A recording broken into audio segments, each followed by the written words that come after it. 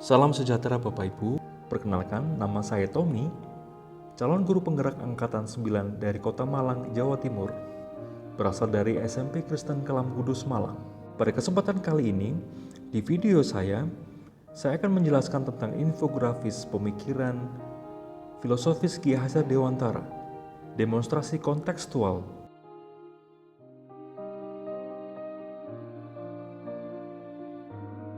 Raden Mas Suwardi Suryaningrat atau yang lebih dikenal dengan Ki Hajar Dewantara adalah pendiri perguruan taman siswa, suatu lembaga pendidikan yang memberikan kesempatan bagi para pribumi jelata untuk bisa memperoleh hak pendidikan seperti halnya para priai maupun orang-orang Belanda. Ki Hajar Dewantara lahir di Yogyakarta pada tanggal 2 Mei 1889 dengan nama Raden Mas Suwardi Suryaningrat. Ki Hajar Dewantara dibesarkan di lingkungan keluarga Keraton Yogyakarta. Saat genap berusia 40 tahun, menurut hitungan tahun Caka, Raden Mas Suwardi Suryaningrat berganti nama menjadi Ki Hajar Dewantara. Semenjak saat itu, Ki Hajar Dewantara tidak lagi menggunakan gelar kebangsawanan di depan namanya. Hal ini dimaksudkan supaya Ki Hajar Dewantara dapat bebas dekat dengan rakyat, baik secara fisik maupun hatinya. Berikutnya kita akan membahas tentang pendidikan yang berpihak pada murid. Kalau kita melihat tujuan pendidikan bahwa menuntun segala kodrat yang ada pada anak-anak agar mereka dapat mencapai keselamatan dan kebahagiaannya setinggi-tingginya, baik sebagai manusia maupun sebagai anggota masyarakat. Maka kita wajib memperhatikan bahwa guru harus berpihak pada murid. Guru harus bisa menuntun murid sesuai dengan kodratnya. Guru harus memahami karakter murid. Guru harus memahami tujuan pembelajaran. Hal ini agar terwujudnya murid yang memiliki kemampuan di bidang pengetahuan atau intelektual dan juga memiliki budi pekerti yang luhur. Tentunya kita masih ingat tentang semboyan Ki Hajar Dewantara tentang peran guru sebagai pendidik. Yang pertama ialah ing ngarso sung tulodo. Ing berarti di, ngarso di depan, sung jadi, tulodo contoh atau panutan. Bermakna di depan menjadi contoh atau panutan. Kemudian yang kedua, ing matio mangun karso. Ing berarti di depan, matio tengah, ing matio mangun karso. Ing berarti di, matio tengah, mangun berbuat, karso penjalar. Makna di tengah berbuat keseimbangan atau penjalaran. Kemudian yang ketiga adalah tut wuri handayani.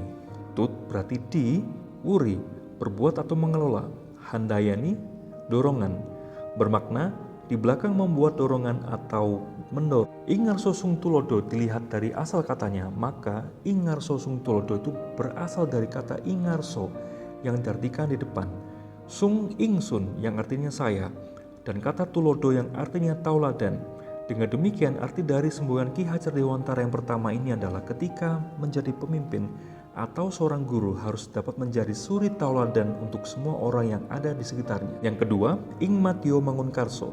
Dari asal katanya, maka ing matio mangun karso berasal dari kata ing matio yang diartikan di tengah-tengah. Bangun yang memiliki arti membangkitkan dan karso yang memiliki arti bentuk kemauan atau niat. Dengan demikian makna dari semboyan Ki Hajar Dewantara yang kedua ini adalah seorang guru di tengah-tengah kesibukannya diharapkan dapat membangkitkan semangat terhadap peserta didik. Tutwuri handayani, dari asal katanya tutwuri handayani dirangkai dari kata tutwuri yang memiliki arti mengikuti dari belakang dan kata handayani yang memiliki arti memberikan motivasi atau dorongan semangat. Dengan demikian semboyan Ki Hajar Dewantara yang ketiga ini memiliki makna bahwa seorang guru diharapkan dapat memberikan suatu dorongan moral dan semangat kepada peserta didik ketika guru tersebut berada di belakang. Trilogi pendidikan yang dicetuskan Ki Hajar Dewantara memiliki makna secara singkat yaitu momong, among, dan ngemong yang sebenarnya sama dengan istilah dalam pendidikan barat yaitu pedagogik. Artinya, bahwa pendidikan memiliki sifat mengasuh sehingga apabila pendidikan masih memiliki sifat memaksa dan memberikan hukuman, bukanlah arti pendidikan yang sebenarnya. Pendidikan merupakan proses mengasuh anak didik dan mengembangkan semua bakat atau potensi yang dimiliki anak didik. Guru tidak boleh melakukan pemaksaan terhadap apa yang harus dilakukan. Akan tetapi guru harus mampu memberikan pemahaman-pemahaman kepada anak didiknya supaya anak didik dapat memahami dan mengerti yang terbaik untuk dirinya dan lingkungan sekitarnya. Diharapkan guru dapat memberikan kemerdekaan dalam belajar, pikir kreatif dan inovatif, sesuaikan perkembangan zaman dengan memanfaatkan teknologi dalam pembelajaran. Kita harus ingat bahwa pembelajaran sesuai dengan kodrat alam dan kodrat zaman. Kodrat alam ialah keadaan yang karena sifat dan bentuk lingkungan di mana mereka berada.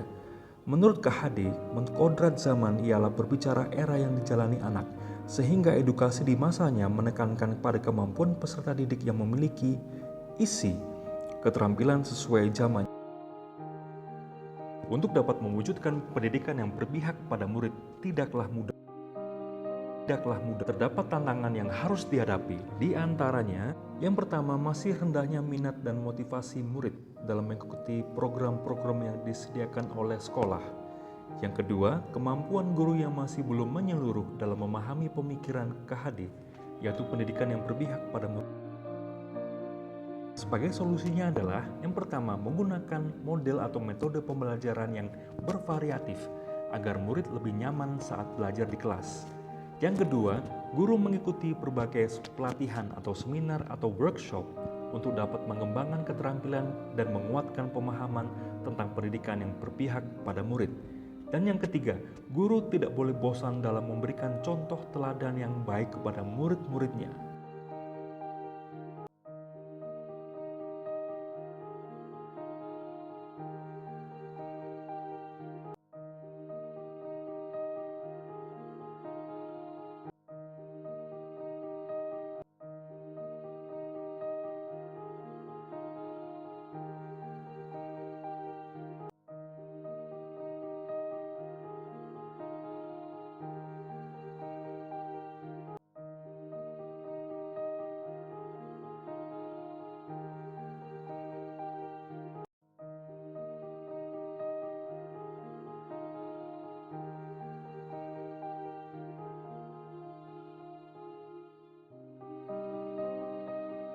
Akhir kata, jadilah guru yang selalu menuntun, memberikan teladan yang baik, dan memberikan pembelajaran yang berpihak pada murid. Salam guru penggerak, salam sejahtera bagi kita sekalian.